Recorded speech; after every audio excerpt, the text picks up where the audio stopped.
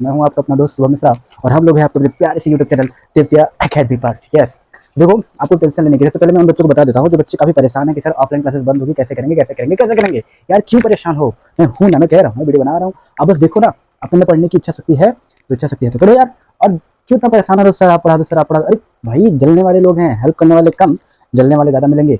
इसलिए किसी और के चक्कर में परेशान मत हो, सिर्फ अपनी पढ़ाई पर फोकस करो, ठीक है। किसी और से कोई मतलब नहीं है। अरे एकलव्य को सोचो, एकलव्य के पास तो कोई गुरु भी नहीं था। गुरु द्रोणाचार्य की मूर्ति बनाकर उसने शिक्षा प्राप्त करने की इच्छा शक्ति रखी और वो बहुत बड़ा धनुर्धर बना। अंत में गुरु द्रोणाचार्य ने उससे अपना अंगूठा मांग लिया ताकि वो अर्जुन से बड़ा धनुर्धर बन सके। और जब वो ऐसी शिक्षा ग्रहण कर सकता है तो आप क्यों नहीं कर सकते हो। ये सिर्फ एक कहानी नहीं है, ये एक सत्य है, ठीक है। और इस सत्य से हमें सीख लेनी चाहिए। हमें किसी और के चक्कर में ना पड़ना चाहिए। जो वास्तव में शिक्षक है वो हर समय आपकी मदद करेगा, और जो दिखावे के शिक्षक हैं वो सिर्फ भागेंगे, दूर भागेंगे कि जाओ दूसरे के यहाँ पढ़ते थे ना, अब जाओ वहीं पढ़ लो। ऐसी कोई बात नहीं है। हर शिक्षक को यही चाहिए कि वो दूसरों की हेल्प करे, ठीक है। सजीव जो होते हैं, ये जो विशेष लक्षण है इनका, इस विशेष लक्षणों को करने के लिए इन्हें एक विशेष क्रम से गुजरना पड़ता है या एक विशेष क्रम को फॉलो करते हैं। इसी को हम जैव प्रक्रम के नाम से जानते हैं। अर्थात जीवों को अपने जीवन यापन के लिए करने वाले विशेष कार्य जैव प्रक्रम के अंतर्गत आते हैं। एक बार फिर से, जैव प्रक्रम क्या होता है। सजीवों को अपने जीवन यापन के लिए किए जाने वाले विशेष कार्य ही जैव प्रक्रम के अंतर्गत आते हैं। चलिए, जैव प्रक्रम के अंतर्गत कौन कौन से विशेष कार्य हैं, कौन कौन से विशेष क्रम हैं जिन्हें हम प्रक्रम बोलते हैं, उन्हें समझते हैं। देखिए, तो हमने पढ़ा जैव प्रक्रम, ठीक है। लाइफ प्रोसेस, तो लाइफ प्रोसेस क्या होता है कि हमारे लाइफ को चलाने के लिए जो विशेष क्रम है, विशेष ऑर्डर है, ठीक है, इसे ही हम जैव प्रक्रम के नाम से जानते हैं। एक और इंपॉर्टेंट बात मैं आपको बता दूं, ठीक है। जो जैव प्रक्रम होता है ना प्यारे दोस्तों, जैव प्रक्रम कुछ विशेष अणुओं के द्वारा पूरा होता है। इन विशेष अणुओं को हम जैव अणु के नाम से जानते हैं। तो ध्यान समझिएगा, जो जैव प्रक्रम है, ये जैव अणु जिन्हें हम बायोमॉलिक्यूल्स बोलते हैं, इनके थ्रू कंप्लीट किया जाता है। जैव प्रक्रम को कंप्लीट करने के लिए कौन से अणु चाहिए, जैव अणु चाहिए। अब जैव अणु क्या होते हैं, देखिए, जीवन यापन अर्थात जैव प्रक्रम के लिए आवश्यक विशेष अणु जैव अणु कहलाते हैं, ठीक है। जीवन यापन करने के लिए जिन आवश्यक अणुओं की आवश्यकता होती है उन्हें ही हम जैव अणु के नाम से जानते हैं। जैसे हम भोजन ग्रहण करते हैं तो भोजन में कार्बोहाइड्रेट, प्रोटीन, वसा, विटामिन, खनिज लवण, ये सारी चीजें होती हैं, ठीक है। तो ये सभी क्या कहलाते हैं, ये सब क्या कहलाएंगे, जैव अणु। और इन्हीं के जरिए हम अपने जैव प्रक्रम जैसे कि पोषण की प्रक्रिया को कंप्लीट करते हैं, ठीक है। तो चलिए देखते हैं जैव प्रक्रम के आगे का कारण। देखिए, जैव प्रक्रम के अंतर्गत जो विशेष क्रम है उनमें आता है सबसे नंबर 1 पर पोषण, ठीक है। पोषण क्या है, तो भाई पोषण क्या है, वह प्रक्रिया जिसके द्वारा हम जटिल कार्बनिक पदार्थों को सरल भोज्य पदार्थों के रूप में ग्रहण करते हैं या पाचित करते हैं, अवशोषित करते हैं, यह प्रक्रिया पोषण कहलाती है। मतलब संसार में उपस्थित भोज्य पदार्थों को भोजन के रूप में ग्रहण करना तथा उनसे प्राप्त ऊर्जा का उपयोग करना ही पोषण कहलाता है। इसकी आपको अलग अलग किताबों में अलग अलग प्रकार की डिफिनेशन मिलेगी, लेकिन आपको बस इतना ही समझना है, पोषण क्या है, बाह्य भोज्य पदार्थों को अवशोषित कर, ग्रहण कर, उनसे ऊर्जा प्राप्त करने की प्रक्रिया क्या कहलाती है, पोषण कहलाती है, ठीक है। तो चलिए, पोषण हमने समझ लिया है। दूसरे नंबर पर आता है श्वसन। अच्छा, एक बात समझिए, क्या सिर्फ पोषण से यानी भोजन ग्रहण करने से ही हमें ऊर्जा प्राप्त हो जाती है? अगर ऐसा है तो हम श्वसन की प्रक्रिया क्यों करते हैं, हम सांस क्यों लेते हैं? इसका मतलब सिर्फ भोजन से ही हमें ऊर्जा की प्राप्ति नहीं होती है, बल्कि ऊर्जा की प्राप्ति करने के लिए भोजन के साथ साथ श्वसन की आवश्यकता भी होती है, ठीक है। कैसे? देखिए, जब भोजन ग्रहण करते हैं तो भोजन के रूप में आपने जटिल कार्बनिक पदार्थों को ग्रहण किया। जब वह पदार्थ आपके आमाशय यानी पेट में जाता है तो उसके पाचन के फलस्वरूप जब आपके छोटी आंत में पूर्ण रूप से पाचित हो जाता है तो इस दौरान उसमें उपस्थित कार्बोहाइड्रेट, प्रोटीन, वसा, विटामिन, खनिज लवण, ये सभी आपके ब्लड में मिल जाते हैं। और ब्लड में मिलने के बाद ये आपके प्रत्येक कोशिकाओं के पास पहुंचते हैं। लेकिन इसमें उपस्थित जो ग्लूकोज है उससे सबसे अधिक मात्रा में ऊर्जा की प्राप्ति होती है। आई होप कि सभी को ग्लूकोज का फार्मूला पता होगा। Yes, it is C6H12O6, right. तो चलिए देखते हैं, अभी जो ग्लूकोज आपके सेल में यानी आपकी कोशिका में पहुंचा हुआ है, अभी इसने ऊर्जा का रूप नहीं लिया हुआ है। अब इसको ऊर्जा के रूप में कन्वर्ट करने के लिए हम एक अगली जैव प्रक्रम की प्रक्रिया करते हैं और उसका नाम क्या है, उसका नाम है श्वसन या रेस्पिरेशन। इसमें क्या होता है, श्वसन आप सभी करते ही होंगे, आवश्यक है, सभी सजीव करते हैं, ठीक है। अब श्वसन से संबंधित कुछ फैक्ट हैं, ध्यान समझिएगा, ध्यान से सुनिएगा, और फिर मैं एक क्वेश्चन भी करूंगा, ठीक है, जिसका आपको आंसर करना है। ये एनसीईआरटी के पाठ्यनिहित प्रश्न का पहला प्रश्न होगा जो मैं आपसे पूछने वाला हूँ, ठीक है। पहले समझते हैं श्वसन की प्रक्रिया। देखिए, श्वसन क्या होता है, सभी सजीवों को ऊर्जा ग्रहण करने के लिए ऑक्सीजन की आवश्यकता होती है और ऑक्सीजन ग्रहण करने के लिए ही हम श्वसन की प्रक्रिया करते हैं। ऑक्सीजन जो कि वातावरण में मौजूद होता है, ठीक है। हालांकि वातावरण में कैसे आता है तो इसको हम धीरे धीरे करके समझेंगे, पढ़ेंगे, ठीक है। देखिए, श्वसन में हम ऑक्सीजन ही क्यों ग्रहण करते हैं, सबसे पहली बात ये समझिएगा। देखिए श्वसन में हम ऑक्सीजन इसलिए ग्रहण करते हैं क्योंकि श्वसन की प्रक्रिया में जो ऑक्सीजन हम ग्रहण कर रहे हैं, वह हमारी कोशिका के अंदर प्राप्त कार्बनिक पदार्थ जो हमने भोजन के रूप में ग्रहण किया था, जैसे ग्लूकोज, उनका ऑक्सीकरण करवाता है और उनके ऑक्सीकरण के फलस्वरूप ही हमें ऊर्जा प्राप्त होती है। तो यही कारण है कि हर जीव श्वसन की प्रक्रिया के द्वारा ऑक्सीजन ग्रहण करता है, ताकि उसके कोशिका के अंदर ऑक्सीकरण की प्रक्रिया के फलस्वरूप, ऑक्सीकरण अपचयन की प्रक्रिया के फलस्वरूप ऊर्जा का निर्माण हो सके। ठीक है, तो श्वसन क्या था, जिसके थ्रू हम ऑक्सीजन ग्रहण करते हैं। हालांकि अलग अलग जीवों में अलग अलग श्वसन अंग पाए जाते हैं। ठीक है, चलिए जैसे जैसे कि हम मनुष्य नाक या फेफड़े के द्वारा, ठीक है, और मछलियाँ गील्स या गलफड़े के द्वारा, ठीक है, ऐसे ही केचुआ त्वचा के द्वारा। अभी समझते हैं हम उत्सर्जन या एक्सक्रीशन क्या होता है। तो जो हमने जटिल खाद्य पदार्थ ग्रहण किया था, उन खाद्य पदार्थों से हमने कार्बोहाइड्रेट, प्रोटीन, वसा, विटामिन, ये चीज़ें अपने अंदर समाहित किया, हमारी कोशिका में गया। लेकिन और बाकी जो जटिल कार्बनिक पदार्थ हैं, जिनसे अब ये चीज़ें तो निकल गई हैं, लेकिन बाकी जो पदार्थ बचा हुआ है उसका पाचन हमारा शरीर नहीं कर पाता है, तो उन्हें हम बाहर निकालने की जो प्रक्रिया है उसी को हम उत्सर्जन कहते हैं। साथ में ऊर्जा, जब हमारे सेल के अंदर कार्बनिक पदार्थ ग्लूकोज टूटकर ऊर्जा का निर्माण करता है, तो इस दौरान मुक्त होने वाला कार्बन डाइऑक्साइड हमारे लिए एक वेस्ट मटेरियल होता है, इसे भी हमें शरीर से बाहर निकालना होता है। ठीक है, तो यह प्रक्रिया भी क्या है, उत्सर्जन। साथ ही हम जब भोजन ग्रहण करते हैं तो उसमें बहुत सारे अमोनिया वगैरह भी होती हैं, जिनका पाचन हमारे शरीर के लिए हानिकारक होता है, तो इन्हें भी हम बाहर करते हैं। और हमारे शरीर से, त्वचा से ये जो पसीना है, पसीना का निकलना, आंसू का निकलना, ठीक है, ये सभी उत्सर्जन प्रक्रिया का ही भाग है। बात करते हैं, देखिए हमने पोषण के फलस्वरूप जो कार्बोहाइड्रेट, प्रोटीन, वसा, विटामिन ग्रहण किया था, ये प्रत्येक सेल तक कौन पहुंचाता है, तो प्रत्येक सेल तक ब्लड पहुंचाता है। और ये हर सेल तक पहुंचाने की जो प्रक्रिया है ब्लड के माध्यम से होती है, और इसके लिए हमारे शरीर में एक विशेष तंत्र पाया गया है, जिसे हम परिसंचरण तंत्र कहते हैं। ठीक है, ट्रांसपोर्टेशन सिस्टम कहते हैं। तो ये होती है, हम एक एक करके सभी को पूरा हमारे एक जो है चैप्टर के रूप में है, ये एक चैप्टर है, ये दूसरा चैप्टर है, और ये तीसरा चैप्टर है, और ये हमारा चौथा चैप्टर है। एक एक करके हम इनको पढ़ेंगे। ठीक है, उसके पहले मेरा श्वसन से संबंधित एक क्वेश्चन है जिसका आंसर आपको देना है। आप बताइए कि देखिए श्वसन की जो प्रक्रिया है ये नॉर्मली विसरण के द्वारा तो होती है, लेकिन पूर्ण रूप से विसरण के द्वारा नहीं होती है। मतलब क्या है सर, मतलब क्वेश्चन ये है कि जो आपका पाठ्यनीति का पहला ही प्रश्न है, ठीक है, कि बहुकोश की जीव श्वसन की प्रक्रिया पूर्ण रूप से विसरण के माध्यम से ही क्यों नहीं करते हैं। तो इसका कारण यह है कि बहुकोश की जीव, जैसे कि मनुष्य, गाय या अन्य जो कि विकसित जीव हैं, इन सभी की जो पूरी बॉडी है ये कई प्रकार की, कई कोशिकाओं से, करोड़ों कोशिकाओं के मिलने से बना हुआ है, और सभी कोशिकाएं वातावरण के सीधे संपर्क में नहीं होती हैं, जिसकी वजह से विसरण की प्रक्रिया संभव नहीं है। हर कोशिका के अंदर विसरण की प्रक्रिया संभव नहीं है। यही कारण है कि बहुकोश की जीव सिर्फ विसरण की प्रक्रिया के द्वारा ही श्वसन की प्रक्रिया पूर्ण नहीं कर सकते हैं। उनके लिए श्वसन के लिए एक विशेष जो है तंत्र विकसित होता है। ठीक है, जबकि एक कोश की जीव विसरण की प्रक्रिया के द्वारा श्वसन की प्रक्रिया करते हैं और ऑक्सीजन ग्रहण कर लेते हैं। तो आपको बताना है ऐसे एक कोश की जीव कौन है जो विसरण की प्रक्रिया के द्वारा श्वसन की प्रक्रिया कंप्लीट कर लेते हैं। राइट, चलिए हम आगे बढ़ते हैं, पोषण की प्रक्रिया समझेंगे। लेकिन उससे पहले एक बात ध्यान समझिएगा, एक बहुत इंपॉर्टेंट फैक्ट जिसमें बहुत बच्चे गलती करते हैं। ठीक है, बहुत टीचर्स भी गलती करते हैं, इन्हें समझिएगा। देखिए यहाँ लिखा हुआ है वृद्धि और जनन, ये दोनों जैव प्रक्रम नहीं है। विशेष बात बता रहा हूँ, वृद्धि हर जीव, जैसे हम पैदा होते हैं, छोटे होते हैं कोई भी जीव, ठीक है, फिर वो समय के साथ उसके शारीरिक आकार में वृद्धि होती है। ठीक है, तो ये जो वृद्धि की प्रक्रिया है यह जैव प्रक्रम नहीं है।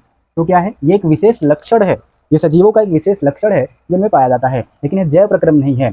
जनन अपने समान नए जीव की उत्पत्ति, यह भी जैव प्रक्रम नहीं है। अब सवाल यह है कि क्यों सर, हमें तो बताया जाता है कि जनन या वृद्धि ये जैव प्रक्रम के अंतर्गत आते हैं। तो देखिए अभी हमने शुरू में ही समझा है कि जैव प्रक्रम क्या है।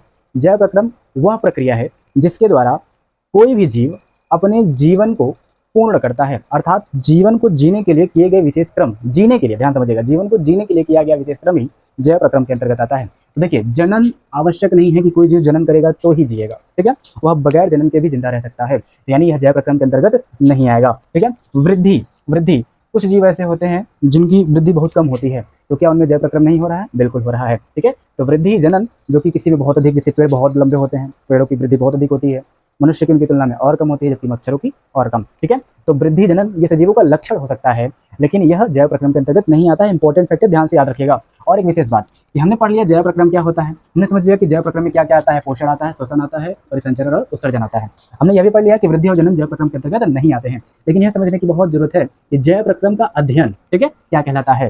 तो स्टडी ऑफ लाइफ प्रोसेस क्या कहलाता है, फिजियोलॉजी, हिंदी में बोले तो कार्यकी। ठीक है, तो जैव प्रक्रम का अध्ययन क्या कहलाता है, फिजियोलॉजी या कार्यकी। अब बात करते हैं जैव प्रक्रम का सबसे पहला इंपॉर्टेंट फैक्ट या इंपॉर्टेंट टॉपिक या इंपॉर्टेंट चैप्टर कह लो, दैट इज पोषण या न्यूट्रिशन। ये क्या होते हैं, देखिए पोषण या न्यूट्रिशन जैसे भी मैंने समझा क्या कि बाह्य भोज्य पदार्थों को शरीर में प्रवेश कराकर उनसे ऊर्जा प्राप्त करने की प्रक्रिया ही पोषण कहलाती है। ठीक है, और जीवन जीने के लिए किए गए विशेष कार्य या विशेष क्रम क्या कहलाते हैं? जैव प्रक्रम। जैव प्रक्रम जिनकी सहायता से पूर्ण होते हैं वो जैव अणु कहलाते हैं, ठीक है। और जो विशेष क्रम है उन्हें हम जैव प्रक्रम कहते हैं। तो चलिए, पोषण क्या है? बाह्य भोज्य पदार्थों को शरीर में प्रवेश कराकर उनसे ऊर्जा प्राप्त करने की विधि पोषण कहलाती है, ठीक है। चलिए देखते हैं, अब आगे देखते हैं पोषण कितने प्रकार का हो सकता है। तो संपूर्ण ब्रह्मांड में अभी तक जितने हमने ऑब्जर्वेशन किए हैं उसमें पोषण अभी तक हमें दो तरीके का ही समझ में आया हुआ है, ठीक है। मतलब दो तरीके का ही पोषण पाया जाता है, एक स्वपोषी पोषण होता है और एक विषमपोषी जिसे परपोषी पोषण यानी ऑटोट्रॉप और हेटेरोट्रॉप्स टाइप के न्यूट्रिशन होते हैं, ठीक है। अब देखिए, ये तो आपको बच्चों में बताया जाता होगा,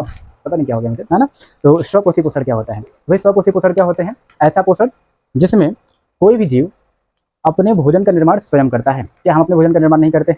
जी नहीं, हम तो सिर्फ भोजन को पकाते हैं, हम भोजन का निर्माण नहीं करते हैं, ठीक है। पौधे अपने भोजन का निर्माण, अधिकतर हरे पौधे अपने भोजन का निर्माण प्रकाश के माध्यम से कर लेते हैं, खुद से अपने भोजन का निर्माण कर लेते हैं, इसीलिए वो क्या है? स्वपोषी हैं। कुछ ऐसे बैक्टीरिया, जीवाणु हैं जो अपना भोजन प्रकाश के माध्यम से नहीं बल्कि वायुमंडल में उपस्थित नाइट्रोजन या सल्फर के माध्यम से खुद से बना लेते हैं।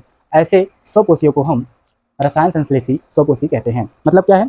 जो अपना भोजन स्वयं से बनाए, स्वपोषी। स्वपोषी कितने प्रकार का? दो प्रकार का। कौन कौन? रसायन संश्लेषी और प्रकाश संश्लेषी। रसायन संश्लेषी स्वपोषी कौन है? ऐसे स्वपोषी जो अपना भोजन किसी रासायनिक पदार्थ से बनाते हैं उन्हें हम रसायन संश्लेषी स्वपोषी कहते हैं। तथा प्रकाश संश्लेषी क्या होते हैं? ऐसे स्वपोषी जो अपना भोजन प्रकाश के माध्यम से तैयार करते हैं, इन्हें हम प्रकाश संश्लेषी कहेंगे।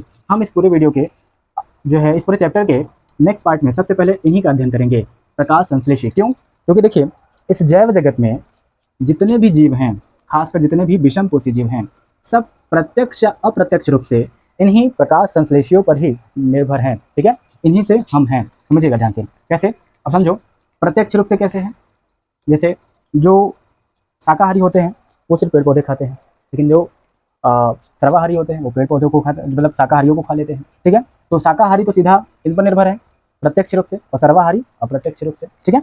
आइए और अच्छे से समझते हैं। तो हमने समझा स्वकोषी कितने प्रकार का? दो, रसायन संश्लेषी और प्रकाश संश्लेषी, ठीक है। चलिए, तो रसायन संश्लेषी कौन होते हैं? कुछ जीवाणु, कुछ विशेष बैक्टीरिया, इन्हें हम कहते हैं कौन? उदाहरण हमसे कई बार पूछा जाता है, सर बताइए कि रसायन संश्लेषी जीवाणुओं के उदाहरण क्या है? तो आप बता सकते हो सल्फोनिक कारक जीवाणु, यानी ऐसे जीवाणु जो सल्फर के माध्यम से अपने भोजन का निर्माण कर लेते हैं। आप बता सकते हो नाइट्रिक कारक जीवाणु, नाइट्रोकारक जीवाणु जो नाइट्रोजन के माध्यम से अपने भोजन का निर्माण करते हैं, रसायन संश्लेषी जीव कहलाते हैं, ठीक है। और जो प्रकाश के माध्यम से करेंगे क्या कहलाएंगे? प्रकाश संश्लेषी। प्रकाश संश्लेषण की कंप्लीट प्रक्रिया को हम समझेंगे नेक्स्ट वीडियो में, और इसके लिए हम कम से कम 6 से 7 एक्सपेरिमेंट भी आपको बताएंगे।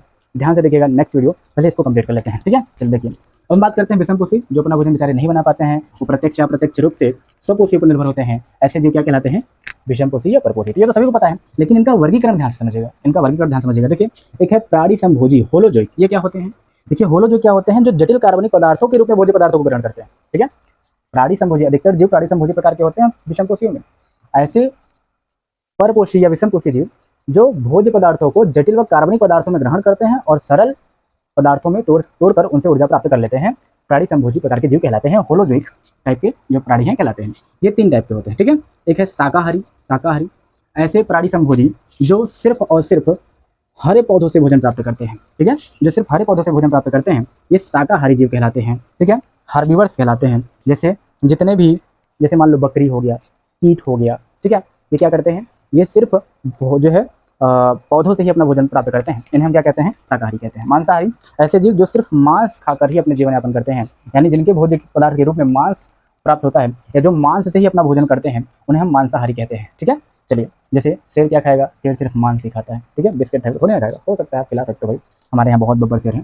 खैर, सर्वाहारी ऐसे जीव जो शाकाहारी टाइप के भी हों और मांसाहारी टाइप के भी हों, मतलब जो पेड़ पौधों से भी प्राप्त भोजन को प्राप्त कर सकें और मांस से भी प्राप्त भोजन को खा सकें, ऐसे जीव क्या कहलाते हैं? सर्वाहारी, जो सब कुछ खाते हैं, ठीक है।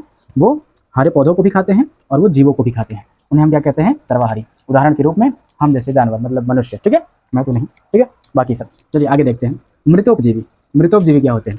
मृतोपजीवी जिन्हें हम सैप्रोबाइटिक कहते हैं, ठीक है। मृतोपजीवी मतलब क्या है? ऐसे परपोषी या विषमपोषी जीव जो अपना भोजन किसी मरे हुए पदार्थ से ग्रहण करते हैं।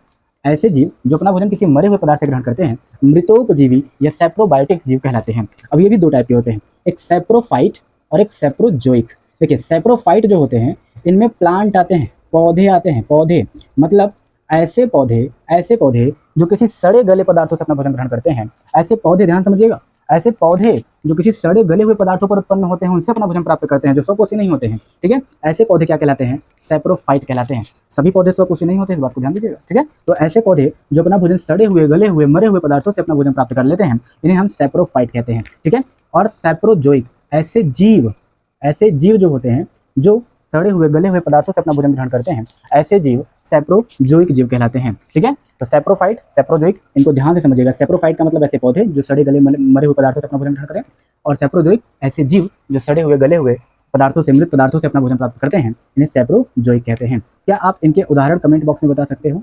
सैप्रोफाइट के एग्जाम्पल और सैप्रोजोइक के एग्जाम्पल क्या होते हैं?